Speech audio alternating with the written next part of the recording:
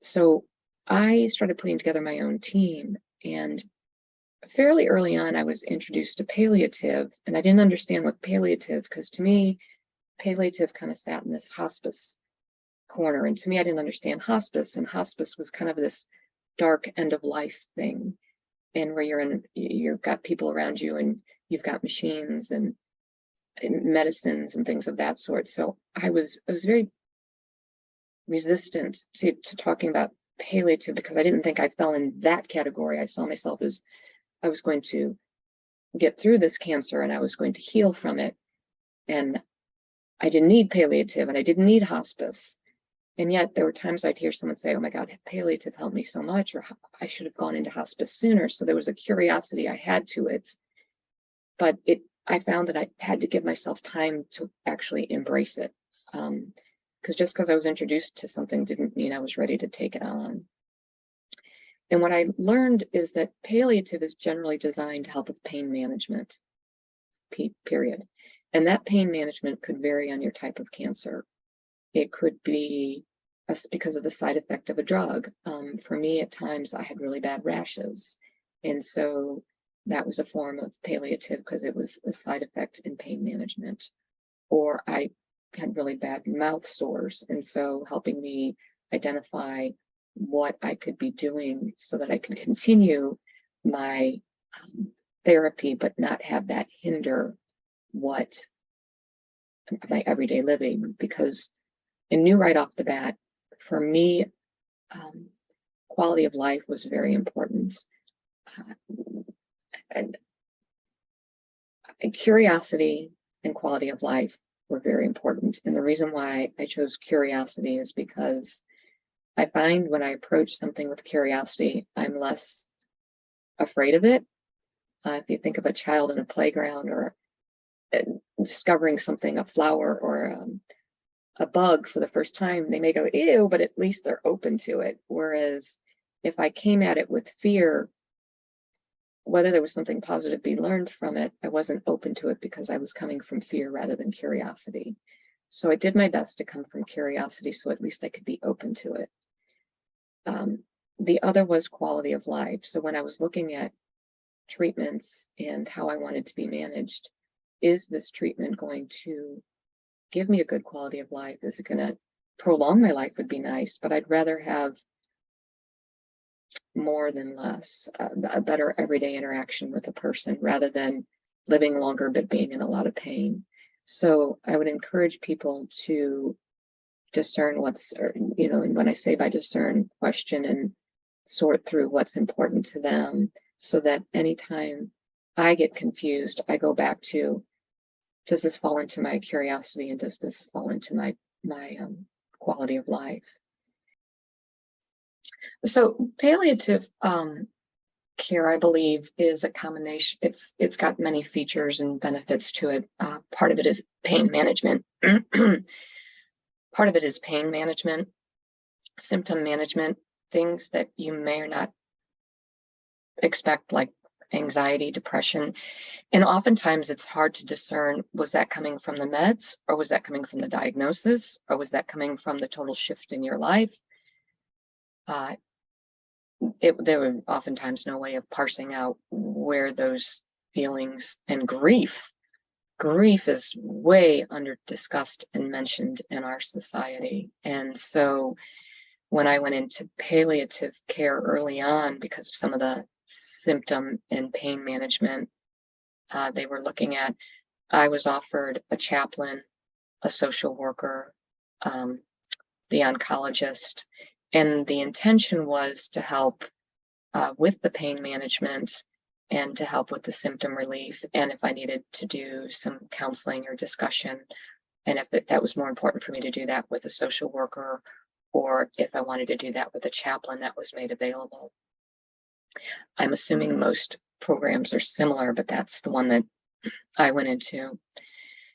Later on, when I went through a protocol that became very difficult on my body, and we had to halt it multiple times, we found that it was starting to shut down my kidney and my liver. It had put me into drug-induced hepatitis.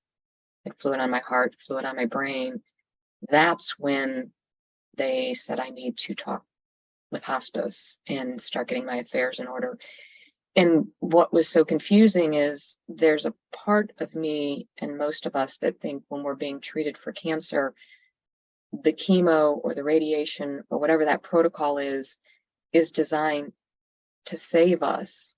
And so when these side effects and symptoms are building, the question becomes, well, if I stop, then then my tumors will keep growing. So for me, I learned the first time the balance between keeping my body healthy and managing the cancer, because those were two competing factors, is decreasing my tumors, but increasing side effects that were actually starting to shut down my body. So the first time I went into hospice, I learned that, and again, my head wasn't quite ready for it. I heard things like, well, you can get a hospital bed and you'll have a chaplain and a social worker and a nurse that'll come visit you. And again, these things were just words. They didn't make a whole lot of sense to me. I was fortunate to also be introduced to a woman who helped with advanced directives. And so that really helped me think through not just, she had a program that helped not just with your will and managing if you have an estate and things of that sort, but who do you want around you? What do you want your final days to look like? What do you want your final weeks to look like? And again, I didn't feel I was anywhere near any of that. And so that was also kind of daunting for me because I just thought the protocol I was on was just a little bit of a setback with the side effects, and then I was going to be fine. So I think people's experience with hospice and palliative care may vary based on their journey. When you go on to hospice, you relinquish all medical treatment. So you can have palliative care to manage your symptoms, which may be a cancer drug, but you can't have a CAT scan, a PET scan, a lot of those diagnostic scans, because that means we're still working on you actively in the form of a protocol that we think will help your cancer from progressing. So if I do want a PET scan or a CT scan, if for some reason we feel like the cancer is improving, I can come off of hospice and go back and have those protocols run on me. But it's called double dipping to do both, because in Medicare, all my meds are paid for, my oxygen's paid for. And when I'm on hospice, I mean, yeah, and both, when I'm on both. All of those things are paid for. If I'm on my normal health insurance, those are not paid for because I'm still actively in treatment seeking. And it's not uncommon for people to go onto hospice and come off, either because a drug is made available, their body stabilizes, and they're able to come off of hospice and go into a treatment program. Their body stabilizes and they don't need to go on a treatment program. Just because you go on hospice doesn't mean that's the end of the road. That's another misconception I had that took me a while to get my head around. But to answer your original question, you cannot be on hospice and be receiving medical diagnostic treatment at the same time, because that would be what's called double dipping. Does that answer your question? Yes, and I would add that when hospice care is appropriate for someone and they have Medicare or Medicaid, or at least the way those two programs work, particularly Medicare, is that everything that you need care for related to the diagnosis that qualifies you for hospice is covered. There's no co-pays, you're not worrying about deductibles, and hospice takes care of all of that.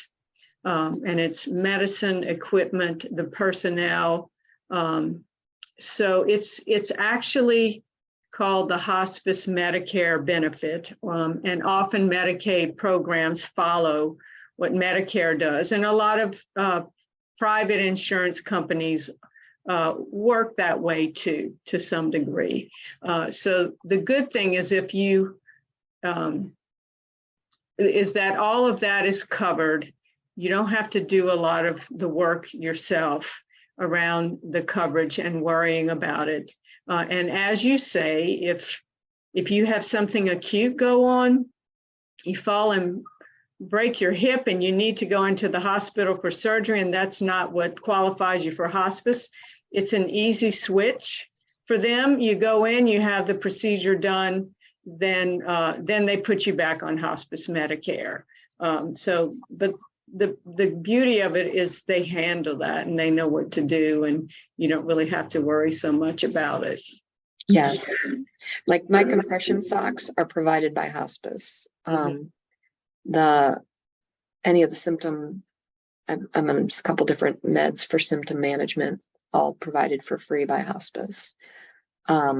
If I needed a wheelchair, if I needed a walker, if I needed a nurse's aide, all of that is provided by hospice. So, but then to your point, if I were to break a toe or something were to happen, I would immediately need to call hospice and let them know that I'd have to go into the hospital.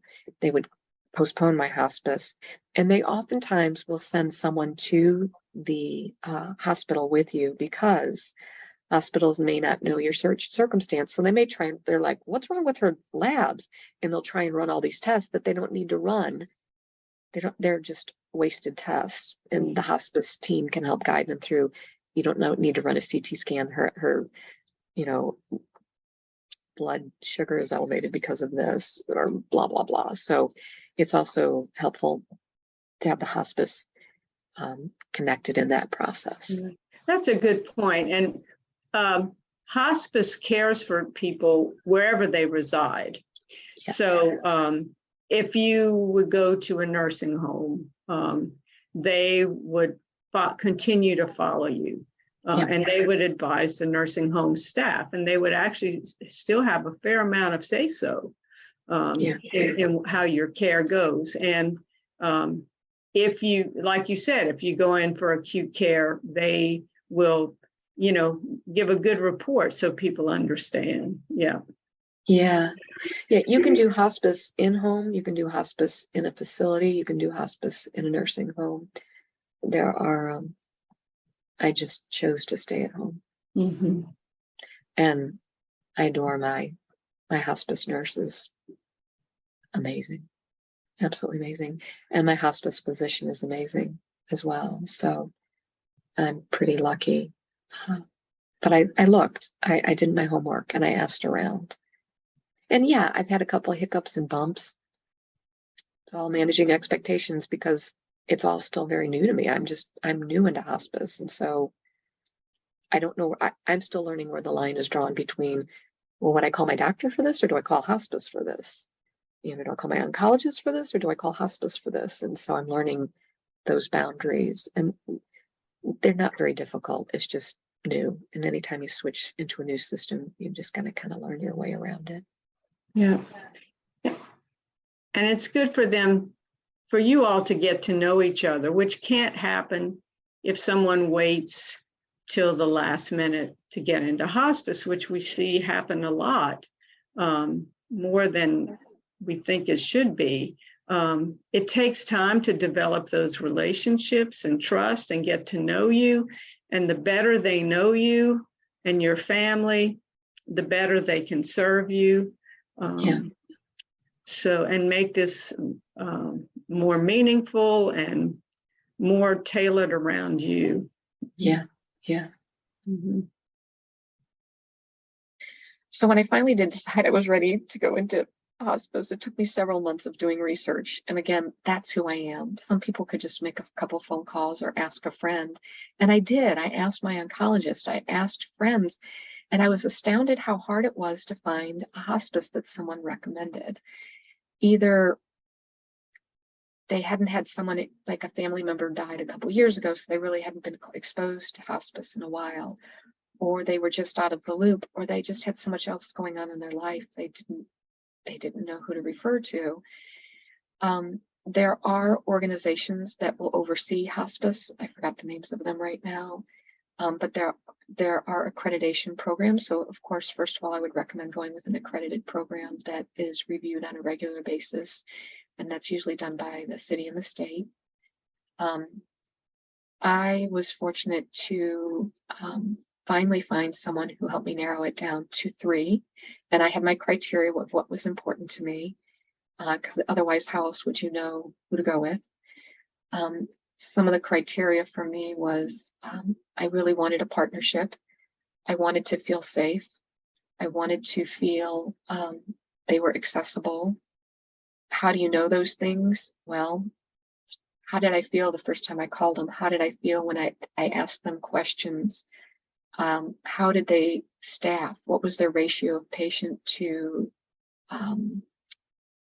staffing? Most of them are, at least in my state, are all similar. I think they may have they have some kind of chaplain or spiritual director, some kind of nurse practitioner or nurse that sees you on a regular basis, and that can vary depending upon where you are in your disease management. A social worker, nurse's aide for when you're needed. Some have masseuse, some have very advanced. They have yoga, they have all kinds of really cool programs. So they kind of run the gamut.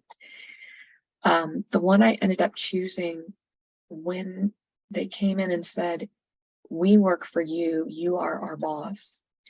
And the first time we started talking, they asked what my goals were, and I said pain management is pretty significant for me. And when the nurse said to me, "Why don't you explain to me what pain management you've been doing? Why don't you explain to me what you'd like, how you'd like to feel and know that when your pain is managed?" And then I'd like to maybe share what I see could be some options, and I'd like to agree on moving forward how we want to do this together. And I was so taken back because I'd been in systems that were telling me what to do, not asking me what I wanted. And it was very refreshing having a partner because I don't know what I'm doing.